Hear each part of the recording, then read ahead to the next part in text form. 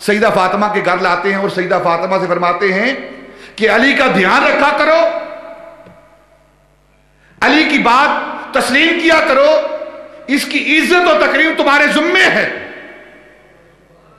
اور آئندہ اس طرح کی طلع کلامی تمہارے درمیان نہ ہو۔ یہ نبی پاک صلی اللہ علیہ وسلم سیدہ فاطمہ کو سمجھا رہے ہیں۔ اب دو دریا، ایک دریائے علی اور ایک دریائے فاطمہ، جب ان دونوں کے اندر طغیانی آتی ہے تو اس طغیانی کو دور کرنے کے لیے درمیان میں نبی پاک کی ذات آ جاتی ہے۔ اب یہاں ایک بات عقیدے کے حوالے سے آپ کے سامنے رکھتا ہوں تاکہ عقیدہ واضح ہو۔ کچھ لوگ ماہ محرم کے آتے ہی سیدنا ابو بکر صدیق، سیدنا عمر فاروق، سیدنا عثمان غنی اور دوسرے صحابہ کے بارے میں طرح طرح کے کلمات کہتے ہیں، طرح طرح کی زبان درازی کرتے ہیں کہ ہم ابو بکر کو نہیں مانتے، ہم عمر کو نہیں مانتے، عثمان کو نہیں مانتے، اس لیے نہیں مانتے کہ ان کا علی کے ساتھ اختلاف ہے۔ یہ بات آپ سنتے رہتے ہیں، علی کے ساتھ انہوں نے اختلاف کیا ہے اور جو علی سے اختلاف کرے گا ہم اسے نہیں مانتے۔ میں دعوت فکر دیتا ہوں کہ اگر علی کے ساتھ اختلاف کرنے کی وجہ سے ابو بکر کو نہیں مانتے، عمر کو نہیں مانتے، عثمان کو نہیں مانتے، تو پھر علی کے ساتھ اختلاف کرنے والی سیدہ فاطمہ بھی ہیں۔ اگر معاذ اللہ استغفر اللہ علی کے ساتھ اختلاف کرنے کی وجہ سے ابو بکر، عمر، عثمان برے ہیں تو پھر سیدہ فاطمہ کو بھی کچھ کہنا پڑے گا۔ لیکن کوئی بھی ایمان والا سیدہ فاطمہ پر زبان دراز نہیں کرے گا۔ کیوں نہیں کرے گا؟ اس لیے کہ وہ علی اور فاطمہ کا معاملہ ہے۔ جس طرح یہ علی اور فاطمہ کا معاملہ ہے، اسی طرح وہ علی اور ابو بکر کا معاملہ ہے۔ کسی ایمان والے کو کوئی حق نہیں پہنچتا کہ جب ابو بکر اور علی کا، عمر اور علی کا آپس میں اختلاف ہو تو کوئی ایمان والا ان کے بارے میں زبان کو دراز کرے۔ اگر وہاں زبان دراز کرنی ہے تو پھر یہاں بھی کرنی پڑے گی جب سیدہ فاطمہ کے ساتھ اختلاف ہو رہا ہے۔ تو نبی پاک صلی اللہ علیہ وسلم ان دو کے درمیان، دریائے علی اور دریائے فاطمہ کے درمیان برزخ ہیں۔ کس انداز میں برزخ ہیں کہ جب دریائے علی موج میں آتا ہے، تموج میں آتا ہے، طغیانی میں آتا ہے، تو اس وقت درمیان میں نبی پاک صلی اللہ علیہ وسلم برزخ بن کر آ جاتے ہیں۔ اسی طرح ایک مرتبہ حضرت مولا علی رضی اللہ تعالیٰ عنہ، انہوں نے ارادہ کیا، سیدہ فاطمہ رضی اللہ تعالیٰ عنہا کے ساتھ نکاح ہو چکا ہے، تو حضرت مولا علی رضی اللہ تعالیٰ عنہ ارادہ کرتے ہیں کہ میں دوسرا نکاح کروں۔ تو نبی پاک صلی اللہ علیہ وسلم، آپ کو پتا چلا کہ علی دوسرے نکاح کا، دوسری شادی کا ارادہ رکھتا ہے، تو نبی پاک صلی اللہ علیہ وسلم تشریف لائے، آ کر فرمایا علی جب تک تیرے نکاح میں فاطمہ ہے کسی دوسرے کے ساتھ نکاح کرنا تیرے لیے جائز نہیں۔ دیکھو سنو، یا تیرے نکاح میں میری بیٹی فاطمہ رہے گی یا اس کی سوکن آئے گی، اس کے ہوتے ہوئے کوئی دوسری عورت تو نہیں لا سکتا۔ تو جب فاطمہ کے دریا میں تموج آتا ہے، طغیانی آتی ہے، تو درمیان میں نبی پاک برزخ بن کر آ جاتے ہیں، اور جب مولا علی رضی اللہ تعالیٰ عنہ کے دریا میں طغیانی آتی ہے تو نبی پاک صلی اللہ علیہ وسلم درمیان میں برزخ بن کر آ جاتے ہیں۔ بینہما برزخ اللہ یبغیان، آپ برزخ بن کر ان دونوں کے درمیان آ جاتے ہیں، اور کبھی یہ ملنے کا سبب بنتے ہیں۔ یہ برزخ جو ہے نا، یہ ملاپ کا سبب ہوتا ہے۔ جب ملاپ ہوتا ہے تو حضرت علی اور سیدہ فاطمہ رضی اللہ تعالی عنہا کا نکاح ہوتا ہے، اور جب نکاح ہوتا ہے تو وہ نبی پاک صلی اللہ علیہ وسلم کی وجہ سے ہوتا ہے، اور جب نکاح ہوتا ہے تو اس نکاح کے بعد، ملنے کے بعد جو نتیجہ نکلتا ہے وہ کیا ہے؟ یخرج منہم اللؤلؤ والمرجان، اس سے لولو اور مرجان نکلتے ہیں۔ لولو اور مرجان کیا ہے؟ لولو بڑا موتی اور مرجان چھوٹا موتی۔ اور جو احجار کا علم رکھتے ہیں، جو پتھروں کا علم رکھتے ہیں، علم الاحجار رکھنے والے ہیں، وہ کہتے ہیں کہ لولو کی اپنی خاصیات ہیں اور مرجان کی اپنی خاصیات ہیں، خصوصیات ہیں۔ لولو کے اندر اپنی ایک افادیت ہے اور مرجان کے اندر اپنی افادیت ہے، اور کہتے ہیں کہ لولو جو ہے نا یہ سبز رنگ کا ہوتا ہے اور مرجان یہ سرخ رنگ کا ہوتا ہے۔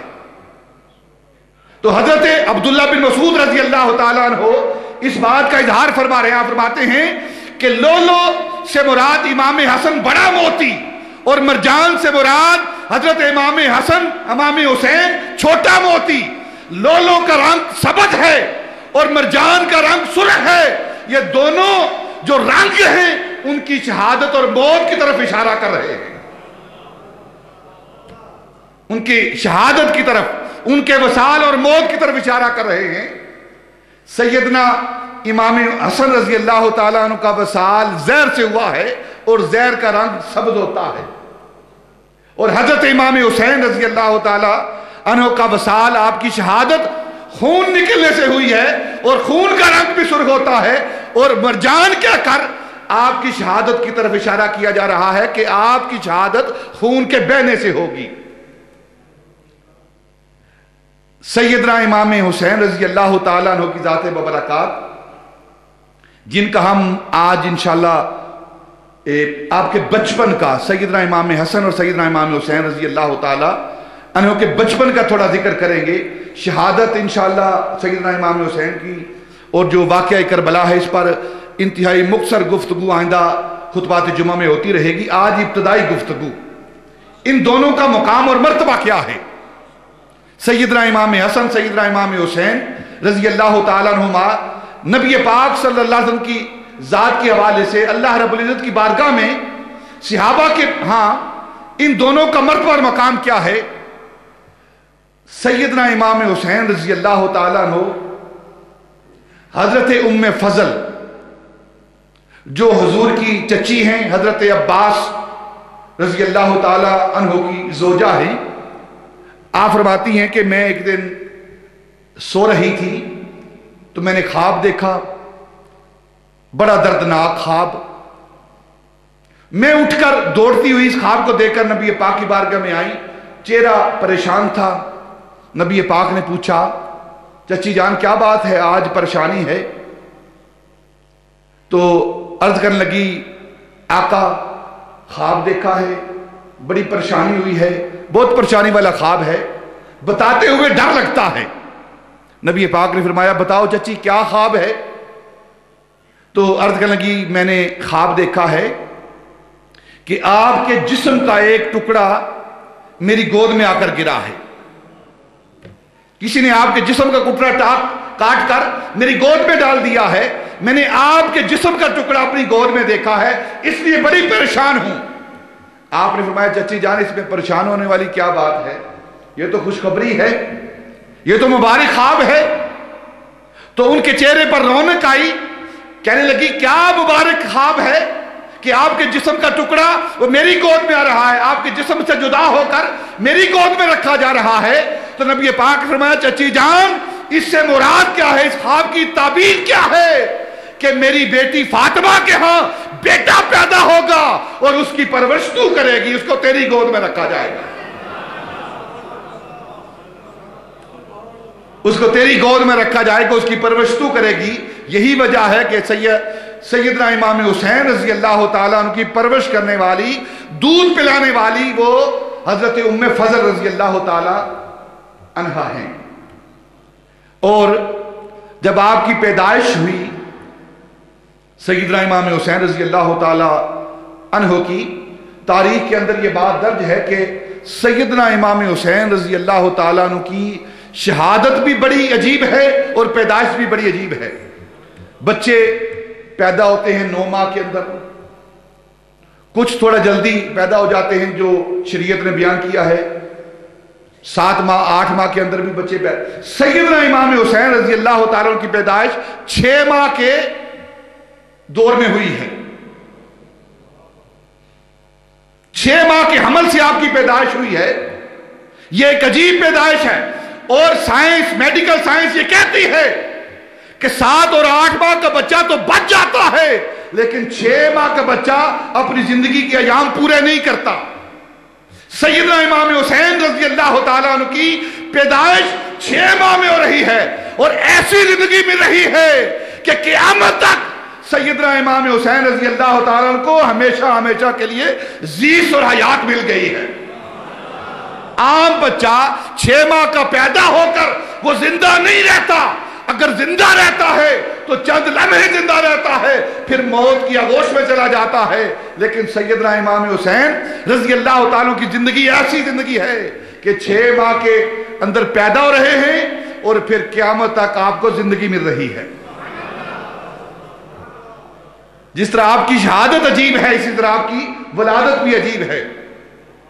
جب آپ پیدا ہوئے نبی پاک صلی اللہ علیہ وسلم کو خبر ملی تو آپ مسکراتے ہوئے بڑی خوشی کا اظہار کرتے ہوئے اپنی بیٹی سیدہ فاطمہ رضی اللہ تعالی عنہا کے گھر آئے اور آ کر فرمانے لگے لاؤ میرا بیٹا کہاں ہے، لاؤ میرا بیٹا کہاں ہے، مجھے دکھاؤ، میری گود میں دو میرا بیٹا کہاں ہے۔ سیدہ فاطمہ رضی اللہ تعالی عنہا نے اپنا بیٹا سیدنا امام حسین نبی پاک کے ہاتھوں میں دے دیا۔ نبی پاک صلی اللہ علیہ وسلم نے سفید رنگ کے کپڑے کے اندر وہ نوری بیٹا، وہ نوری چہرہ، وہ اسلام کی عزت و ناموس کو بچانے والا بیٹا، نبی پاک صلی اللہ علیہ وسلم اپنے بیٹے کو دیکھا، دیکھ کر چوما اور پھر سیدہ فاطمہ کے حوالے کر دیا۔ وقت گزرتا رہا، سیدنا امام حسین رضی اللہ تعالیٰ عنہ تھوڑے سے اور بڑے ہوئے اور نبی پاک صلی اللہ علیہ وسلم کے ہاں حضرت ابراہیم، حضرت ماریہ قبطیہ کے بطن سے ابراہیم پیدا ہوئے۔ تو ایک دن نبی پاک صلی اللہ علیہ وسلم کی ذات ببرکات ایک زانو پر سیدنا امام حسین کو اور دوسرے زانو پر حضرت ابراہیم جو آپ کے صاحبزادے ہیں ان کو لے کر بیٹھے ہوئے ہیں اور بڑی محبت کے انداز میں دونوں کو دیکھتے ہیں، چومتے ہیں، کبھی امام حسین کو چومتے ہیں، کبھی اپنے بیٹے ابراہیم کو چومتے ہیں علیہ السلام، چومتے ہیں۔ ایک دن بیٹھے چوم رہے ہیں، ادھر سے جبریل امین آ گئے۔ جب جبریل امین آئے تو نبی پاک کی بارگاہ میں حاضر ہو کر عرض کرتے ہیں اللہ رب العزت سلام بھیجا ہے اور سلام کے بعد پیغام بھیجا ہے۔ نبی پاک نے پوچھا کیا پیغام ہے؟ تو جبریل امین کہنے لگے کہ اللہ پوچھتا ہے آپ ان دونوں سے محبت کرتے ہیں؟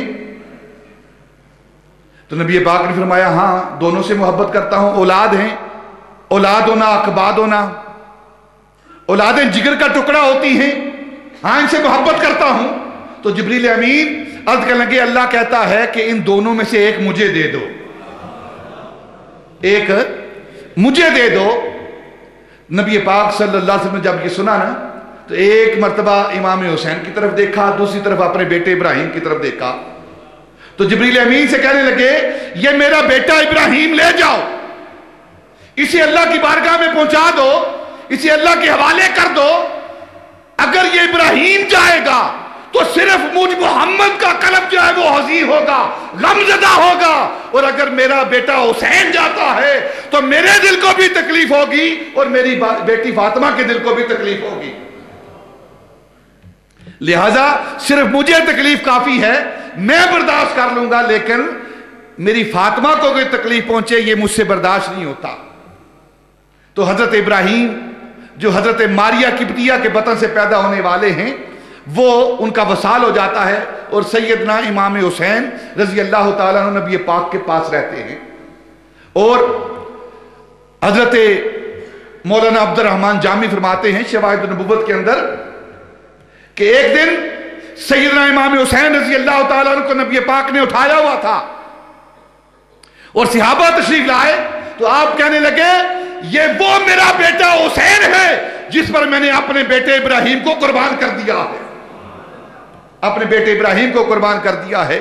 نبی پاک صلی اللہ علیہ وسلم کی سیدنا امام حسین کی ذات کے ساتھ محبت کا کیا عالم ہے۔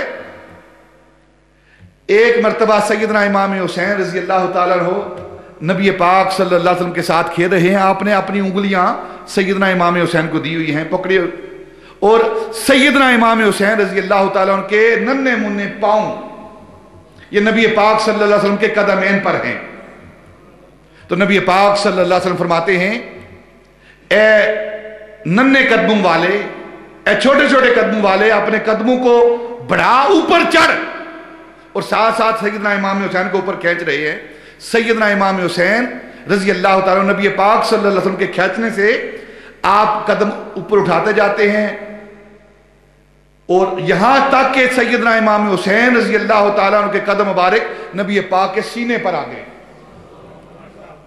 کیا مقام اور کیا مرتبہ ہے سیدنا امام حسین رضی اللہ تعالیٰ عنہ کا, کہ نبی پاک کے سینہ اطہر, وہ سینہ جس پر اللہ رب العزت کا قرآن نازل ہوتا ہے, وہ قلب مبارک جس کے اندر کائنات کے علوم موجود ہیں, اس سینے پر سیدنا امام حسین رضی اللہ تعالیٰ عنہ کے پاؤں مبارک آتے ہیں.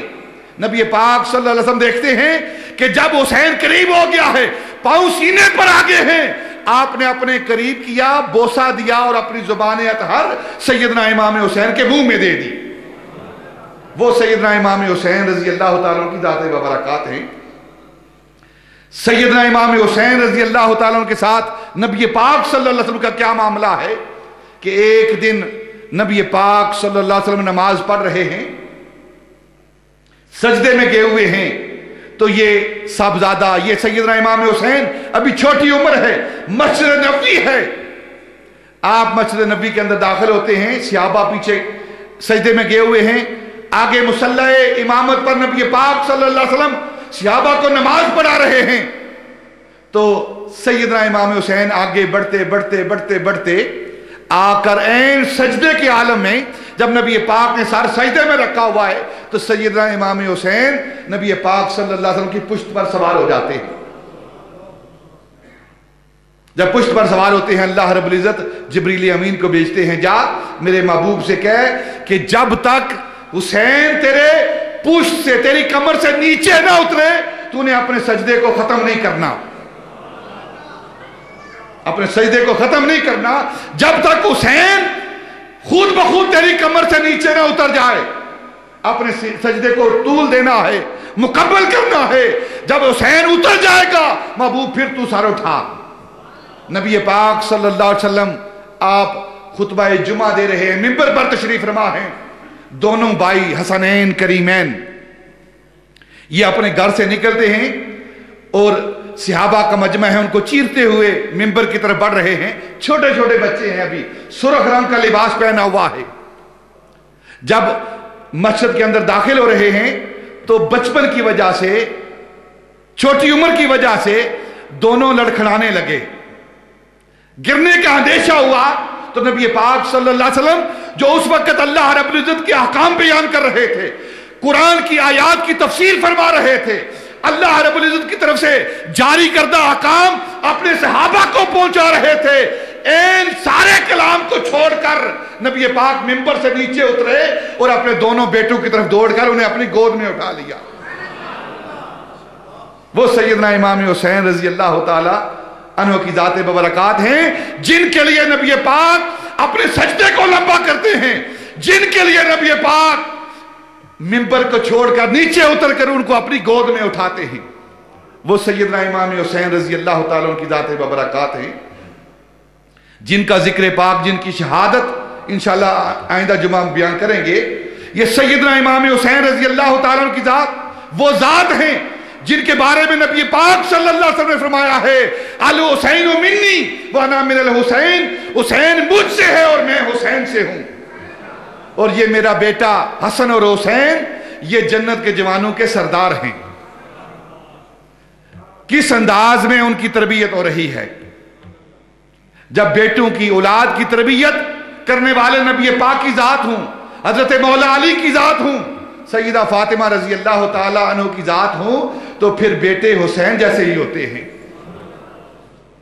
ایک مرتبہ دونوں بھائی آپس میں, تاریخ کے اندر یہ بات درج ہے کہ سیدنا امام حسن اور سیدنا امام حسین آپس میں جس طرح بچے آپس میں لڑتے ہیں, جگڑتے ہیں, اس طرح دونوں بھائی آپس میں لڑ پڑے، جھگڑ پڑے، تو دونوں آ کر سیدہ فاطمہ الزہرا رضی اللہ تعالی عنہا کی بارگاہ میں شکایت کرتے ہیں. بڑا بھائی چھوٹے کی شکایت کرتا ہے، چھوٹا بڑے کی شکایت کرتا ہے، اس لیے مجھے مارا ہے، اس لیے مجھے مارا ہے، جس طرح بچے کرتے ہیں. تو سیدہ فاطمہ رضی اللہ تعالی عنہا کس انداز میں تربیت کرتی ہیں. ہماری مائیں، ہماری بہنیں، بیٹیاں، انہیں چاہیے کہ سیدہ فاطمہ رضی اللہ تعالی عنہا کی تربیت سے اپنے بیٹوں کی تربیت کریں. آپ نے فرمایا مجھے اس سے کوئی غرض نہیں کہ حسن نے حسین کو مارا ہے یا حسین نے حسن کو مارا ہے، نہ، اس سے کوئی غرض نہیں مجھے. تم دونوں شکایت کر رہے ہو، میں یہ جانتی ہوں کہ تم دونوں سے اللہ رب العزت کی ذات ناراض ہے. یہ سیدہ فاطمہ رضی اللہ تعالی عنہا اپنے بیٹوں سے کہہ رہی ہے کیونکہ تم دونوں نے لڑائی کی ہے، اور جو جھگڑتے ہیں، لڑائی کرتے ہیں، اللہ رب العزت انہیں پسند نہیں کرتا. تم دونوں نے لڑائی کی ہے، اللہ رب العزت تم سے ناراض ہیں. تو سیدنا امام حسین آگے بڑھے تو عرض کرتے ہیں اماں جان ہم معافی کے طلبگار ہیں، توبہ کرتے ہیں، ہمیں معاف کر دیا جائے، آئندہ ہم لڑائی نہیں کریں گے. جب پتہ چلا نا اللہ ناراض ہو رہا ہے تو ابھی بچے ہیں، چھوٹے بچے ہیں، انہیں بھی خیال ہے کہ اللہ کو ناراض نہیں کرنا. اور ماں بھی تربیت کر رہی ہے، جب کوئی جھگڑا ہوتا ہے، لڑائی کی جاتی ہے، تو جب دو بھائی آپس میں لڑتے ہیں تو اللہ رب العزت ناراض ہوتے ہیں. جب دو بھائی آپس میں لڑیں تو اللہ رب العزت ناراض ہوتا ہے. جب سارے ہی بھائی آپس میں لڑ رہے ہوں تو پھر ملک کا کیا عالم ہوگا. سارے ہی بھائی آپس میں، اور پھر پاکستانی بھائی، مسلمان بھائی، اور پھر سیاسی بھائی، اور آپ دیکھتے ہیں کس طرح لڑتے ہیں. یہ جو سیاستدان ہیں ٹی وی پر بیٹھے کس طرح لڑتے ہیں اینکر پرسن کے سامنے. دو کتے آپس میں اس طرح نہیں لڑتے جس طرح دو سیاستدان آپس میں لڑتے ہیں. دیکھتے ہیں کہ نہیں دیکھتے آپ. اور جب بھی بات ہوتی ہے نا کہ تفرقہ ہو گیا، تفرقہ ہو گیا، تفرقہ ہو گیا، بات علماء پر آتی ہے، مذہبی طبقات پر آتی ہے. یہ مذہبی طبقے جو ہیں یہ فرقہ واریت کرتے ہیں. وَلَا تَفَرَّقُوا کی آیت یہ علماء پر چسپاں کرتے ہیں اور مذہبی لوگوں پر چسپاں کرتے ہیں. حالانکہ انہیں پتہ نہیں کہ منافرت، فرقہ واریت قوم کے اندر ہے، چاہے وہ مذہب کے نام پر ہو، چاہے وہ سیاست کے نام پر ہو. جو قوم کو تقسیم کیا جا رہا ہے، یہ کتوں کی طرح ٹی وی پر بیٹھ کے آپس میں لڑتے ہیں اور الزام علماء پر اور مذہبی جماعتوں پر اور مذہبی لوگوں پر دیتے ہیں. اگر ساری قوم اس طرح لڑ رہی ہے تو پھر اللہ رب العزت کی ناراضگی کا سبب کیوں نہیں بنے گا. آج جو ملک کی حالت ہے، ہر بندہ دوسرے سے لڑ رہا ہے، کسی کو ملک عزیز نہیں ہے. یہ ہماری غلط فہمی ہے کہ فلاں بڑا ملک کا خیر خواہ ہے، فلاں بڑا خیر خواہ ہے، فلاں جماعت کا لیڈر بڑا خیر خواہ ہے. نہ، یہ سب جھوٹ ہے. کوئی ملک کا خیر خواہ نہیں، کوئی عوام کا خیر خواہ نہیں. اگر عوام کا خیر خواہ ہے تو اللہ ہے، اس کا رسول ہے، یا پھر سیدنا امام حسین، سیدنا امام حسن، صحابہ اور اولیاء کی جماعت ہے جو حکومت، جو عوام کی خیر خواہ ہے، جو اللہ کی مخلوق کے ساتھ محبت کرنے والے ہیں، وہ اللہ کے بندے ہیں. یہ تو دنیا کے بندے ہیں.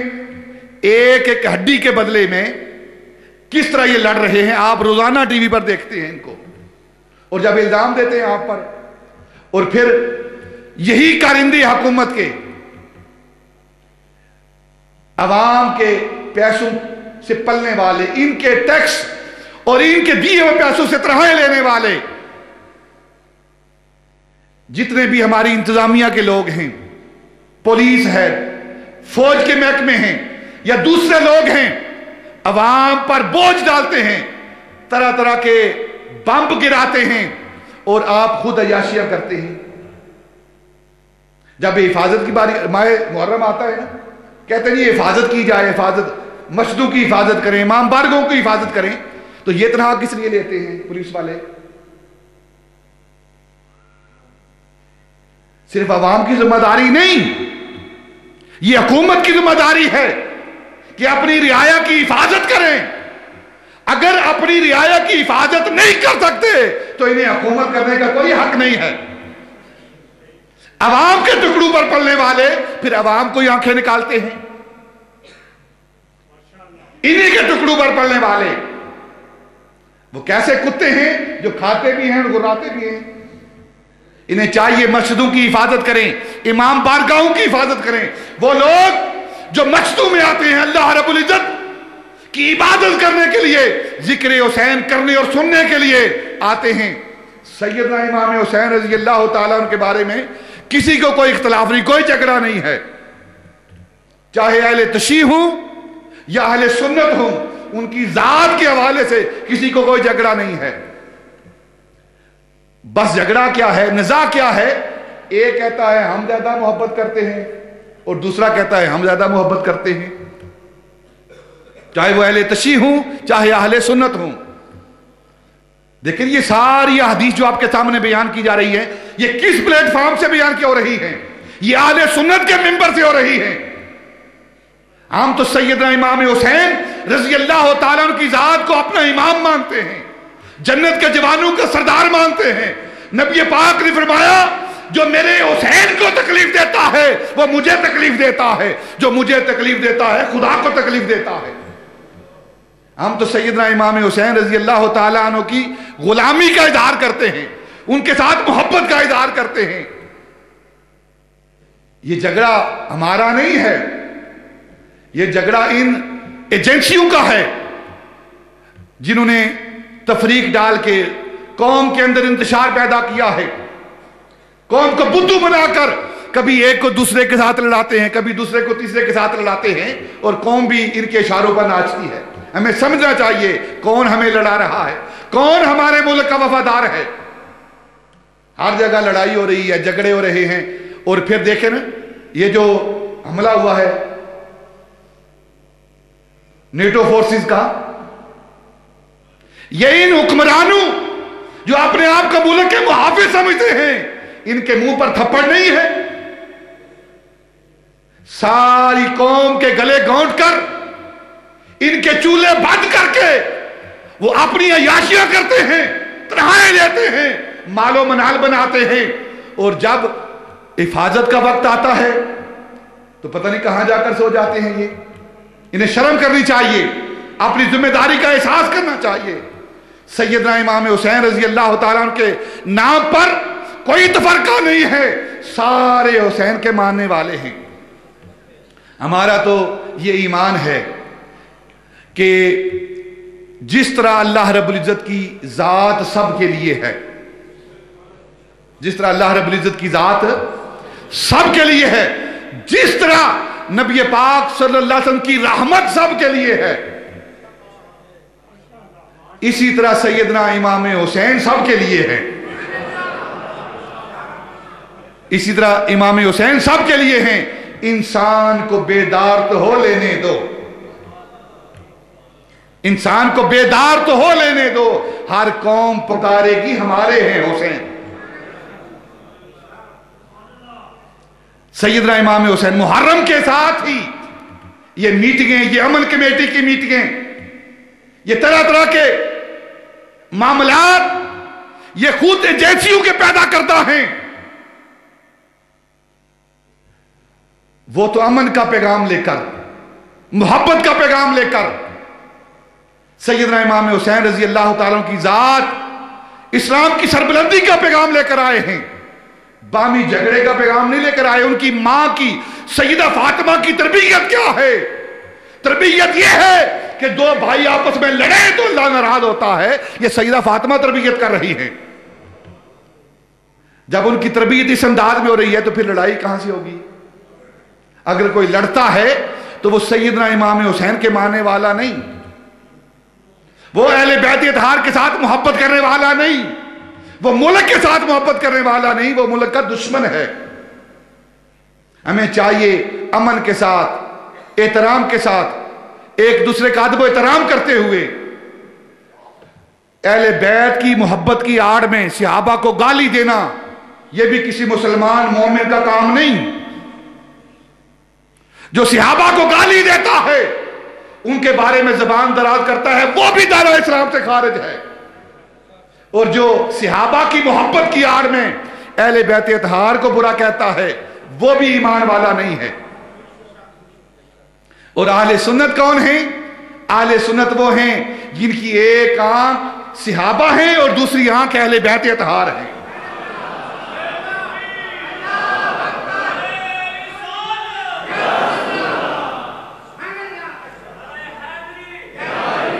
ہم صحابہ کا بھی ادب و احترام کرتے ہیں، اہل بیت اطہار کا بھی ادب و احترام کرتے ہیں، اور جو ان دونوں کے درمیان تفریق کرے ہم اسے مانتے ہی نہیں ہیں۔ تو ہمیں چاہیے امن کے ساتھ، پیار کے ساتھ، محبت کے ساتھ سیدنا امام حسین رضی اللہ تعالیٰ کا ذکر پاک سنیں، اہل بیت کا ذکر کریں، صحابہ کا ذکر کریں، تاکہ اس امت کے اندر اتحاد پیدا ہو۔ اب انتشار کی ضرورت نہیں، نہ یہ قوم نہ ملک اس بات کا متحمل ہے کہ مزید انتشار کا شکار ہوں۔ ساری دنیا ملت کفر پاکستان پر نظریں لگا کر بیٹھی ہوئی ہے کہ کس طرح اس ملک کو ختم کر دیا جائے، ٹکڑے ٹکڑے کر دیا جائے۔ اور اگر ہم نے آپس میں منافرت ختم نہ کی، انتشار ختم نہ کیا، افتراق ختم نہ کیا، تو پھر ہمیں بہت بڑا نتیجہ جو ہے وہ ہمارے سامنے آنے والا ہے۔ قوم کو چاہیے کہ سب متحد ہو کر ایسے لوگوں کا انتخاب کریں جو ملک کے خیر خواہ ہیں، جو ملک کے ساتھ محبت رکھنے والے ہیں، جو اس ملک کے غدار نہیں ہیں، اور جو اس ملک کے غدار ہیں انہیں اس ملک کے اندر رہنے کا کوئی حق نہیں ہے، انہیں کوئی حق نہیں کہ اس ملک پر حکومت کریں اور اس ملک میں رہیں۔ وہ جن کے ساتھ وفاداری کر رہے ہیں ان کے پاس جائیں۔ یہ ملک اسلام کے نام پر، نبی پاک کے نام پر، اللہ رب العزت کی توحید پر کے نام پر، سیدنا امام حسین کی شہادت کے نام پر بنا ہے، اور انشاءاللہ تا قیام قیامت یہ ملک آباد رہے گا۔ اس پر میلی نظر دیکھنے والے وہ تباہ و برباد ہوں گے۔